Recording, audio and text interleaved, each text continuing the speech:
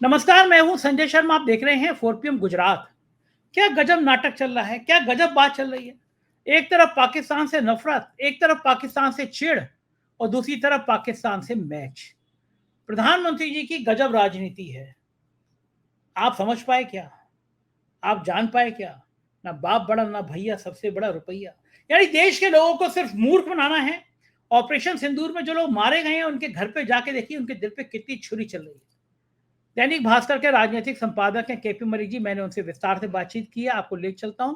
4PM Gujarat को subscribe करिए, join करिए और चलिए केपी मलिक जी से बात करते हैं। 4PM न्यूज नेटवर्क में बहुत बहुत स्वागत है केपी मलिक साहब आपका। मुझे पता नहीं कि जी धन्यवाद शर्मा जी। मुझे पता नहीं कि आपकी रगों में खून दौड़ रहा है या सिंदूर दौड़ रहा है, लेकिन देश की रगों में सिंदूर दौड़ा दिया गया था प्रधानमंत्री जी ने। प्रधानमंत्री जी इस बात के एक्सपर्ट हैं कि कब वो क्या दौड़ा दें। आज कल वो कह रहे थे कि मैं जहर पी लेता हूँ, शिव का भक्त हूँ, सारा जहर पी लेता हूँ। तो कब वो विश्व गुरु हो जाते हैं, कब जेपी नड्डा के बकौल देवताओं के देवता हो जाते हैं, कब शिव जी हो जाते हैं और कब उनकी रगों में सिंदूर दौड़ने लगता है। पूरा देश हैरान है। भारतीय जनता पार्टी के लोगों के पसीने छूट गए हैं। दुबई में क्रिकेट मैच चल रहा है। मतलब मैं देख रहा हूँ कि बीजेपी के पक्ष के जो गोदी मीडिया के पत्रकार थे, वो जो बड़े पक्ष में रहते, तो वो भी लिख रहे हैं कि तो गलत हो रहा है, भारत पाकिस्तान के बीच मैच नहीं होना चाहिए था। लेकिन क्या ये सब ड्रामा था देश को? जो 26 लोग मरे हैं वहां, उनकी पत्नी दुखी हैं, आज उनके बयान सामने आए। एक आध साल के लिए मैच रोका नहीं जा सकता था? या पैसा इतना जरूरी है अमित शाह जी के बेटे के लिए कि वो भारत की भावनाएं ताक पे रख देंगे? अब तो समझ में आ गया कि सरकार नौटंकी भरी सरकार है, इसके अलावा है नहीं। लेकिन आपका क्या मानना है? नहीं संजय जी, आप ये कह रहे हैं कि भाई मैच एक आध साल रोका नहीं जा सकता क्या? मैच के करता धरता कौन है ये नहीं पता आपको? और वो जो 26 परिवार हैं, कीड़े मकोड़े हैं, मारे गए मरते रहते हैं लोग। कोई खाली वो 26 परिवार के लोग ही मरे क्या? उसके अलावा भी लोग मरे, उससे पहले भी पुलवामा में लोग मरे थे। तो अब पुलवामा की कोई रिपोर्ट आई है? कोई जांच हुई है? कुछ पता चला है? ये जो आप पहलगांव में हुआ था, जो 26 लोग मारे गए थे, इनके जो दोषी हैं वो कहाँ हैं? आज तक कुछ पता चला है? तो ये कोई बड़ा मैटर नहीं होता है। देखिए, सिंदूर तो दौड़ रहा है रगों में, और वो सिंदूर दौड़ते दौड़ते मणिपुर भी पहुंच गया। और मणिपुर में भी आपने देखा कि आपको 50 बच्चे स्कूल के मिले और उनको जो है तिरंगा फहरा दिया गया। हमारी तो वहां किसी एकाध पत्रकार से बात हुई, और वहां आपको संजय जी हैरानी की बात आपको बता दूं, परसों प्रेस क्लब में एक सरदार जी मिले और वो खड़े होकर नमस्कार उन्होंने मुझे किया। तो मैंने, जो मेरे दोस्त के साथ वो आए थे खाना खाने, मैंने पूछा भैया क्या हुआ? बोला सर मैं आपका बहुत बड़ा फैन हूं। संजय शर्मा जी जो आपको सवाल पूछते हैं वो क्या उकसा देते हैं इसलिए आप बोलते हैं या खुद ही बोलते हैं? मैं कहा नहीं नहीं, वो इंजेक्शन लगाते हैं फिर वो मेरा रिएक्शन आता है। तो उन्होंने कहा मैं बहुत बड़ा फैन हूं और मैं मणिपुर में रहता हूं। अरे मैंने कहा सरदार और मणिपुर?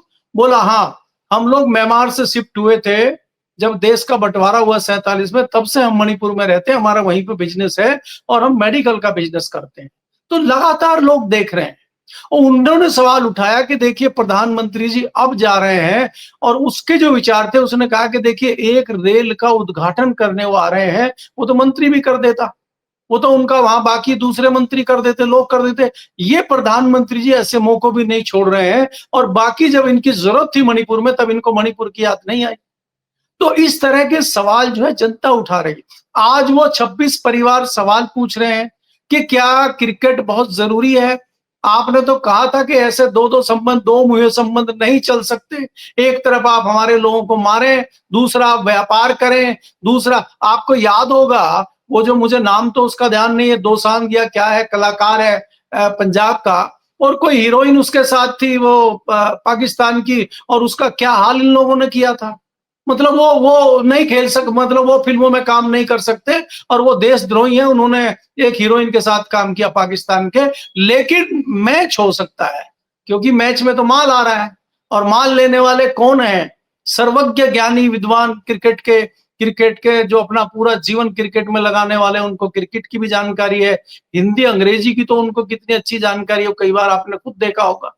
क्रिकेट की बारीकियां उनको पता है। तो भाई उनका मामला था ना। तो इस पर जो सवाल उठा रहे हैं लोग, ये बेईमानी है। मुझे लगता है इस पर सवाल नहीं उठाना चाहिए, ये राष्ट्रहित में है। और अगर आप इस तरह की बात करेंगे तो आप पे फिर चार्ज लग जाएगा देशद्रोही का। आप मानते तो है नहीं, आप लगवाते हैं और हमसे भी बुलवाते हैं आप। तो दूसरी चीज ये है कि आज आप कई सवाल ये भी उठा रहे हैं कि भाई बिहार में जिस प्रकार से चल रहा है, बिहार में आपकी सारी चीजें फेल हो गई। जब आपकी सारी चीजें फेल हो गई हैं, बिहार में आपका माँ का मुद्दा भी फेल हो गया है, तो अब वहां इंजेक्शन कुछ मिल नहीं रहा लगाने के लिए। अब क्या हुआ, फिर एफआईआर कर रहे हैं कुछ लोगों के ऊपर। आप संजय जी ये देखिए कि कल नड्डा जी को भारतीय जनता पार्टी के ऑफिस से पिछले गेट से भागना पड़ा। 7,500 युवा छात्र और कर्मचारी जो धरना दे रहे हैं, उन्होंने घेर लिया। आप ये बताइए, नड्डा जी की हिम्मत इतनी नहीं उन छात्रों से पूछने की, भाई बताइए क्या दिक्कत है। मैं सत्ताधारी दल का, हमारा भी इसमें सहयोग है, हमारी मिलीजुली सरकार है। आप मुझे बताइए, मैं सीएम से बात करूंगा, मैं प्रधानमंत्री जी से बात करूंगा, आप अपनी समस्या हमें बताइए। क्या अगर वो समस्या सुन लेते, क्या दिक्कत थी उनको? चोर की तरह वो क्यों भागे? क्योंकि उनको अंदाजा है कि कहीं कुछ और ना हो जाए, और वो फिर भागे और गेस्ट हाउस में उन्होंने छुप के मीटिंग करी और चुपचाप वहां से दिल्ली भागे। तो अगर इस तरह की परिस्थितियां ग्राउंड पे हो रही हैं, आप चाहे आसाम ले लीजिए, बिहार ले लीजिए, आपका उत्तर प्रदेश में आपने कुछ दिन पहले देखा, तमाम जगहों पे इस तरह के आंदोलन हो रहे हैं। आप बताइए ना, आप तो कह रहे थे कि भाई हम हर साल 2 करोड़ रोजगार देंगे, आप तो कह रहे थे हम जो है एजुकेशन को लेके आएंगे। संजय जी, मेरा सवाल है, जितने मंत्री हैं, क्या आप बता सकते हैं शिक्षा मंत्री जी ने पिछले 2 महीने में, 4 महीने में कोई ऐसी प्रेस कॉन्फ्रेंस की हो कि भाई हमने शिक्षा में ये चीजें कर ली हैं, इतनी यूनिवर्सिटी बन गई हैं, इतने कोर्स आ गए हैं, हम इसमें तब्दीली कर रहे हैं, हम ये बना रहे हैं? कोई करा है आज तक शिक्षा मंत्री ने? शिक्षा मंत्री जी राजनीति कर रहे हैं उड़ीसा की, कि उड़ीसा में कैसे सीएम हटे और हमारा नंबर सीएम में आए। आप दूसरे किसी मंत्री को ले लीजिए, आप पेट्रोलियम मंत्री ने आज तक बताया कि हम ये कोशिश कर रहे हैं कि पेट्रोलियम के रेट सस्ते हों, डीजल के रेट सस्ते हों, किसानों को सस्ते मिले, और हम जो है एथेनॉल मिला रहे हैं, उसमें एथेनॉल हम इसलिए मिला रहे हैं ताकि इसके मिलने से पेट्रोल सस्ता हो जाएगा। पेट्रोल में एथेनॉल मिला रहे हैं ये, और आरोप लगा रहे हैं गडकरी पे, क्योंकि गडकरी को पेलना है इनको, कहीं गडकरी ऐसा ना हो इनके सिर पर बैठ जाए। तो ये तो चीजें जनता को धीरे धीरे समझ में आ रही हैं, और ये बहुत बड़ा सेंसिटिव इशू है जिस तरह से पहलगांव में हुआ। और वो जो 26 परिवार हैं, और उसमें जो मेन जो मारे गए थे, उनकी पत्नी का तो बयान आप विभिन्न चैनलों पे देख रहे हैं, जिस प्रकार से वो खुद आते हैं, वो खुद भी कह रही हैं कि भाई ये तो एक दो मुही बात हो गई, और आपका दोहरा चरित्र हो गया कि एक तरफ आप इस तरह की बात करते हैं, मतलब आप व्यापार बंद कर देंगे, पानी बंद कर देंगे, ऑपरेशन सिंदूर चलाएंगे, और अगले दिन क्रिकेट खेलने चले। तो ये मजाक नहीं लग रहा कहीं ना कहीं? जी बिल्कुल ठीक बात है, ये मजाक ही है। और मेरी समझ में ये नहीं आ रहा कि प्रधानमंत्री जी डर क्यों गए हैं। 2.5 साल से मणिपुर नहीं गए। बिहार के चुनाव में लोगों ने मुद्दा उठाया कि प्रधानमंत्री को पूरी दुनिया घूमने की फुर्सत है, मणिपुर जाने की फुर्सत नहीं है। तो प्रधानमंत्री जी मणिपुर पहुंच गए। 2.5 साल में केपी मलिक साहब, दर्जनों लोगों की, सैकड़ों लोगों की हत्याएं हुई, दर्जनों महिलाओं से बलात्कार किया गया।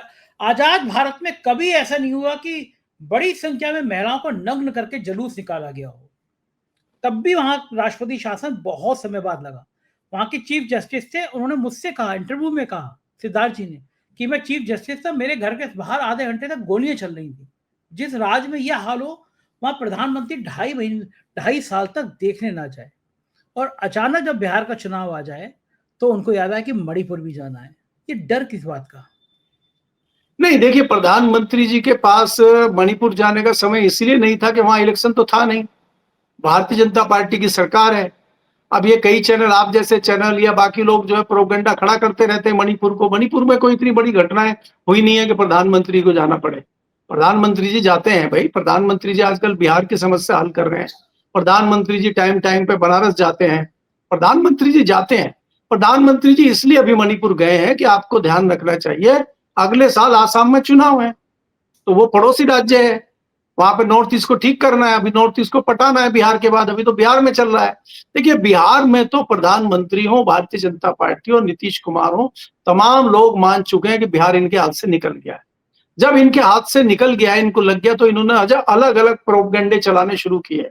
आपको पता है कि आज के अखबार में क्या हेडलाइन है कि तेजस्वी यादव ने कह दिया है कि हम तमाम सीटों पर अपने कैंडिडेट लड़ाएंगे और गठबंधन टूट गया है, कांग्रेस का और आरजेडी का गठबंधन टूट जाएगा। सारा मीडिया ये चला रहा है ताकि ये भ्रमित हो जाए, क्योंकि इनके हथियार वहां सारे खत्म हो गए। मैंने पिछली डिबेट में भी कहा था आपको कि अब मोदी जी के पास कुछ नहीं बचा है। जैसे वो रथ का पहिया अभिमन्यु खड़ा हो गया था, अब ये खाली लकड़ी का वो पहिया लेके खड़े हुए हैं, इनके पास कुछ करने को नहीं है।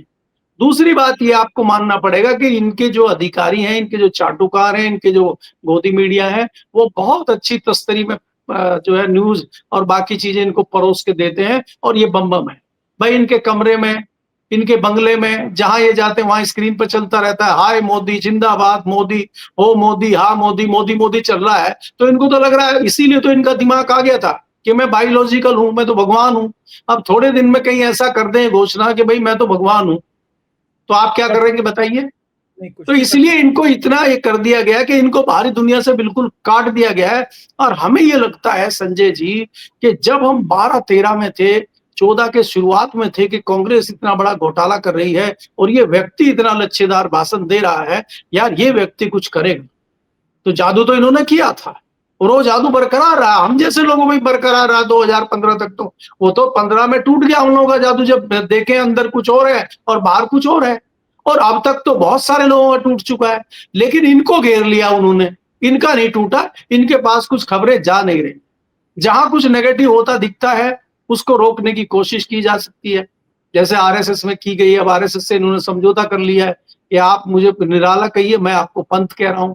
अब भागवत जी का इतना अच्छा आर्टिकल लिखा है ना, अब भागवत जी लिखेंगे आर्टिकल 2 दिन बाद। 2017 में यशस्वी प्रधानमंत्री, देश के 100 साल के इतिहास में इतना अच्छा प्रधानमंत्री, इतना बढ़िया प्रबंधक हिंदुस्तान को नहीं मिला जितने मोदी जी मिले। और तमाम कसीदे उसमें काढ़े जाएंगे और तमाम अखबारों में छपेगा, Times of India, Indian Express में। तो उसमें हम और आप क्या करेंगे बताइए? तो जब दोनों लोग खुश हैं और ये अपने लोगों को बना लेंगे, वो किसी अपने आदमी को बना लेंगे और बम बम ऐसा चलता रहेगा और हम और आप ऐसे बोलते रहेंगे। बिल्कुल ठीक जी है, क्योंकि एक कहा जाता है तू मेरी पीठ खुजा मैं तेरी पीठ खुजाऊं। और जी। एक बड़ा बढ़िया किस्सा बताता हूँ मैं आपको। मैं प्रधानमंत्री से इसको बिल्कुल नहीं जोड़ रहा, लेकिन एक गधा और एक ऊँट थे और दोनों कह रहे थे कि यार हमारी कोई तारीफ ही नहीं करता, हमारी कोई चर्चा नहीं करता। तो गधे ने ऊँट से कहा कि अहो रूपम, तुम्हारा रूप कितना सुंदर है। आप सोचो ऊँट कितना बेडोल होता है, लेकिन गधा उससे ऊँट से कह रहा है कितना सुंदर रूप है तुम्हारा। अब ऊँट को भी पलटे कुछ कह रहा था। ऊँट ने कहा अहो सौरभ, तुम्हारा स्वर कितना अच्छा है गधे भैया, तुम कितना अच्छा बोलते हो। तू मेरी हाँ, खुजला मैं तेरी खुजलाऊंगा, तू मेरी तारीफ कर मैं तेरी तारीफ करूंगा। 17 तारीख आ रही है, आपको क्या लग रहा है कुछ भी होगा या कुछ नहीं होगा? पार्टी के सांसद को लगेगा कि अभी हेडमास्टर जी अभी हमारी क्लास और लगाएंगे, या पार्टी के अंदर जिस तरह असंतोष बढ़ रहा है वो असंतोष और बढ़ेगा? देखिए संजय जी, क्या अब राष्ट्रीय अध्यक्ष कोई बने, राष्ट्रीय अध्यक्ष संजय जोशी बने, राष्ट्रीय अध्यक्ष गडकरी बने, राष्ट्रीय अध्यक्ष कोई इनका प्यादा बने, उससे कोई बहुत फर्क पड़ने वाला है। क्योंकि मेरे जो सूत्र बता रहे हैं, मेरे पास जो खबरें हैं, उसका अंदाज आपको भी हो जाएगा कि इन्होंने ये कह दिया है कि अगर हम नहीं तो कोई नहीं, और हम रायता बिखेर देंगे। रायता बिखेरने का मतलब ये है कि भाई शाम दाम दंड भेद करके सत्ता लाए हम और प्रधानमंत्री बनाए फलाने को। क्यों भाई? तो हम तो नहीं बनने देंगे। तो आरएसएस जो है बैकफुट पे आ गई है। अब आरएसएस क्या करे, चाहे वो आरएसएस हो, चाहे भारतीय जनता पार्टी के अन्य लोग हों, चाहे इसी सोच के लोग हों, मुरली मनोहर जैसे लोग जो इनकी टांग खींच रहे हैं, इनको इनसे सवाल पूछ रहे हैं। वो अगर उनसे भी आप पूछते हैं मुरली मनोहर जोशी से कि भाई क्या आप चाहते हैं कि सरकार गिर जाए, और सरकार गिर जाए तो सरकार विपक्षी बन जाए, कांग्रेस की बन जाए, इंडिया गठबंधन की बन जाए, तो उस पर तो सब एकमत हो जाते, चाहे वो संघ हो चाहे वो भाजपा हो। तो फिर ये होता है कि भाई चलो जेलो इनको जब तक झेल सकते हैं। अब परिस्थितियां ये वो चाहते हैं कि 2029 तक किसी तरह इनको खींचा जाए। अगर खाली यहाँ संघ की चलती है, भाजपा के 10-20% जो संघ की मानसिकता के लोग हैं उनकी चलती है, तो उनका कहना यह है किसी ऐसे व्यक्ति को प्रधानमंत्री बनाया जाए जिसकी मान्यता विपक्ष में भी हो और जिसको देश मान के चले कि भाई ठीक है ये आए हैं कुछ करेंगे। तो वो इस तरह के व्यक्ति को बनाना चाहते हैं। उसमें गडकरी का भी नाम है, तो उससे कहीं ना कहीं घबरा रहे हैं। इसलिए वो तो बाद में होगा जो होगा आरएसएस संघ का, पहले गडकरी को निपटा लो। जैसे आपने कहावत सुनाई, मैं भी एक कहावत सुना देता हूं आपको। जैसे हमारे क्षेत्र में पश्चिमी उत्तर प्रदेश में गांव में कुछ जाट बैठे हुए तो हुक्का पी रहे थे वहां तालाब के किनारे। तो बोले यार ये इतना बड़ा तालाब खाली पड़ा है, अगर इसमें थोड़ा मिट्टी विट्टी डाल के गन्ने की फसल बोए तो साला 150 क्विंटल गन्ने तो इसमें वैसे ही हो जाएंगे फ्री फंड में। तो वही दूसरे ने कहा यार गन्ने तो हो जाएंगे, लेकिन सामने वो जो जुलाए रहते हैं वो गन्ने तोड़ेंगे फ्री में। तो बोला चलो पहले जुलाओं को निपटा लेते हैं। तो, तो गन्ना कहीं है नहीं और वहां जुलाहों की पिटाई हो रही। बोलो साले गन्ने तोड़ो और हमारे, हम बता दे तो तोड़ोगे गन्ने? अरे बोला भैया कौन से गन्ने, गन्ना कहीं है नहीं, कुछ नहीं है। तो बात ये हो रही है कि अभी प्रधानमंत्री का खाली, प्रधानमंत्री में, राष्ट्रीय अध्यक्ष में खाली गडकरी का नाम आया है और गडकरी को निपटाने का प्रोग्राम शुरू हो गया है। अब आप हास्यास्पद देखिए कि गडकरी जो है और उनके बेटे जो है वो एथनॉल मिला रहे हैं, एथनॉल बना रहे हैं, एथनॉल में पैसा कमा रहे हैं। क्या एथनॉल की कंपनियां सिर्फ गडकरी के बेटों की है? मैं कोई ये कह के गडकरी को और उनके बेटे को क्लीन चिट नहीं दे रहा हूं, लेकिन मैं सवाल पूछ रहा हूं क्या उन्हीं की कंपनियां हैं? और दूसरा ये है कि क्या बिना पेट्रोलियम मिनिस्ट्री के इजाजत के एथनॉल मिलाया जा रहा है?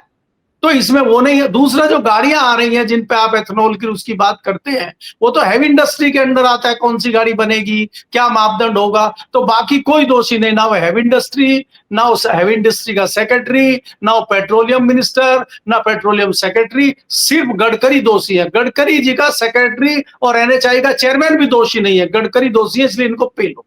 क्यों पे लो? कि एजेंडा आपको पता है। तो इसलिए मैं कह रहा हूं कि इनका टारगेट जो है कहीं और है और दिखाना कुछ और चाहते हैं ये। और अब क्या हो रहा है संजय जी, ये बुरी तरह घिर चुके हैं। गिरने का मतलब यह है कि आज इनके पास कहने के लिए एक भी कोई ऐसी चीज नहीं है जिसको ये कह दें कि हमने इसमें सफलता हासिल करी है। देखिए विदेश नीति पर इनका क्या हाल हुआ। इनके तो जो सेक्रेटरी से मंत्री आपने बनाए थे वही गायब हो गए थे चाइना टॉक में। आपकी तमाम रणनीति फेल हो गई विदेश की, आपकी देश की अर्थनीति फेल हो गई। जिस तरह से आपको घेरा है आप ही के पार्टी के एक विद्वान पुराने नेता ने, मुरली मनोहर जोशी जी ने, तो आप उस पर भी निपट गए। तो आपकी एक नीति बताइए। आपने जो मंदिर बनाया था हिंदुओं का और हिंदुत्व की जो बात कर रहे थे वो भी रणनीति फेल हो गई, क्योंकि वहां पे तो सपा जीत गई। तो इसका मतलब वही पे तो आपकी सारी नीतियां रणनीतियां फेल हो गई हैं। अब आपके पास कुछ बचा ही नहीं, तो आप करेंगे क्या? अब आपकी मां आपको कब तक बचाने आएगी? देखिए माँ किसी की भी हो, मुझे लगता है ये भी जो जिस तरह से किसी ने वो बनाई है, क्यों कर रहा है, माँ का अपमान नहीं होना चाहिए। आज वो इस दुनिया में भी नहीं है, माँ सबकी माँ होती है। एक तो ये गलत है, लेकिन आप बचे ही नहीं उससे, मतलब उससे भी नहीं बच रहे हैं, आप माँ को बीच में ले आ रहे हैं। बताइए, अरे भाई आप इतने कमजोर हो गए हैं कि आपको बीच में अपनी माँ को लाना पड़ता है और बिहार में जाके आप कह रहे हैं कि मेरी माँ को गाली दी है। आप देश के प्रधानमंत्री हैं, जिसने गाली दी उसको तत्काल फांसी पे चढ़ाइए उसको। वो नहीं करेंगे आप, वो पता नहीं पकड़ा है नहीं पकड़ा है, कहाँ है क्या है, लेकिन आप रोना रो रहे हैं जनता के सामने। बिहार की जनता क्या करे? अच्छा चलिए आपकी माँ को गाली दे तो भैया हम क्या करें, बताए हमारे हाथ में क्या है? हम ढूंढे उस आदमी को, पकड़े, मारे, पुलिस क्या करेगी, प्रशासन क्या करेगा? तो ये जो जुमलेबाजी है अब ये जनता की समझ में सीधे सीधे आ गई है। अब बहुत चंद लोग बचे हैं अंधभक्त, और वो वाले अंधभक्त हैं जो किसी न किसी तरीके से उनका एक कोई एजेंडा चल रहा है, किसी की आमदनी हो रही है, किसी को कुछ पैसा मिल रहा है, किसी का कोई धंधा पानी चल रहा है। सिर्फ वो लोग जुड़े हुए हैं जो देश के लिए या अच्छे के लिए या बदलाव के लिए जुड़े थे, वो सब लोग निकल लिए। आप अगर इलेक्शन की बात करते हैं, इलेक्शन पे लगातार सवाल उठ रहे हैं। और ये जो मोदी ने जुमला, ये जो राहुल गांधी ने जुमला दिया है, ये जो राहुल गांधी ने सिस्टम चलाया है, ये बैकफुट पे ले गया है इनको। अब ये मामला पीछे हटता हुआ दिखाई नहीं दे रहा, ना इसका कोई इनके पास जवाब है। अब कई लोग सवाल उठा रहे हैं, संजय जी आप बताइए मुझे, कह रहे हैं कि बनारस में 11 लाख वोट पड़े हैं और वहां पे दिखा रहे हैं जो है 12,80,000। तो ये 1,80,000 वोट कहां से आ गए? अब ये सवाल आ गया है, अब इस पर सवाल पूछ रहे हैं, तो इसका जवाब कौन देगा? किसके पास जवाब है?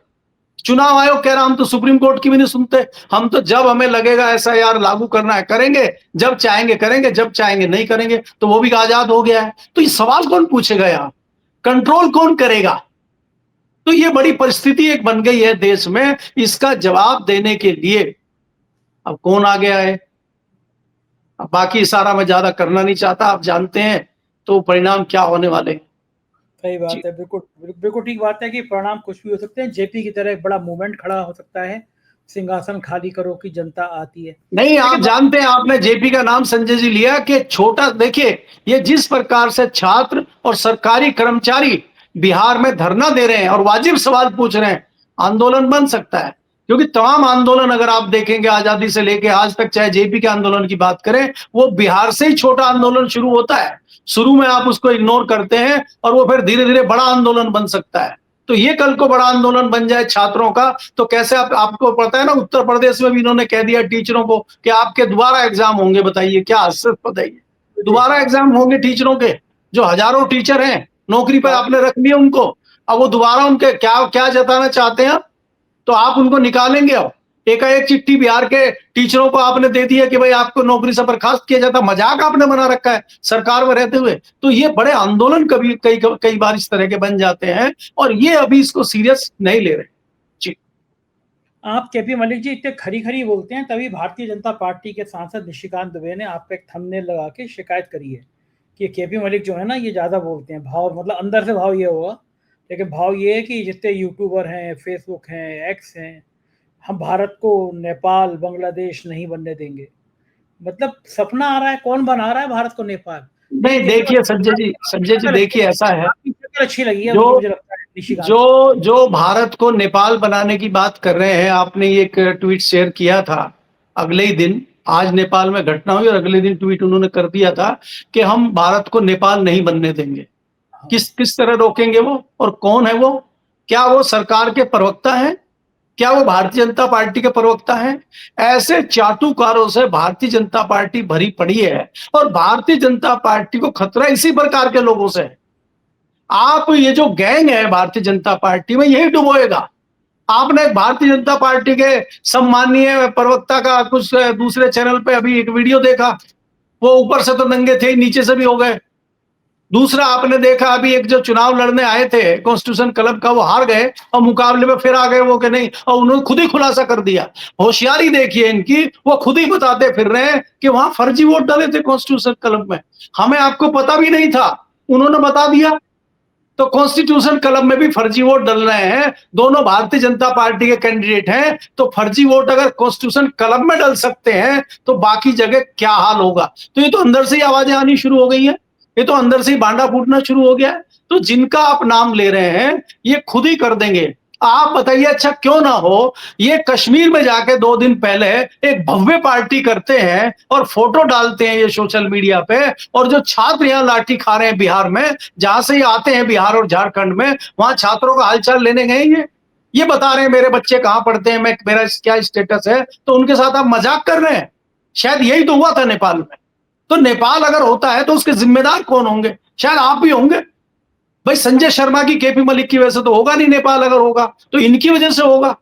क्योंकि आप जिस प्रकार से दिखाना चाह रहे हैं, आप जिस प्रकार से बताना चाह रहे हैं, आप दिखा रहे हैं कि मेरी बेटी कहां पढ़ती है, मेरा बेटा कहां पढ़ता है, मैं पार्टी जन्मदिन की कहां करता हूं, उसका बिल कितना आया है, उस होटल में कौन कौन गए थे, वहां सुरक्षा का क्या हुआ, आपको परमिशन कितने ली, कितने का जो बिल आया था वो किसने बिल दिया, 1000 सवाल आप छोड़ के जा रहे हैं, और वो बिहार का कार्यकर्ता, बिहार का छात्र सवाल पूछ रहा है। केपी मलिक थोड़े पूछ रहा है सवाल, या संजय थोड़े पूछ रहे हैं। तो अगर इसकी कोई परिस्थिति बनती है तो इसके जिम्मेदार तो शर्म है, और वो अकेले नहीं है। ऐसा एक पूरा गैंग है भारतीय जनता पार्टी को डुबाने के लिए, जिनमें से कुछ का मैंने नाम लिया अभी। जी बिल्कुल ठीक कह रहे हैं कि पूरा गैंग है जो भारतीय जनता पार्टी को डुबोने की तैयारी कर रहा है। बहुत बहुत शुक्रिया केपी मलिक साहब, आपने मुझे इतना समय दिया, बातचीत करी, बहुत बहुत आभार, थैंक यू जी, धन्यवाद। ये थे केपी मलिक जी, पूरी बातचीत आपने सुनी, मुझको यकीन है बातचीत पसंद आई होगी, अपनी राय से अवगत कराइएगा। शुक्रिया, थैंक यू।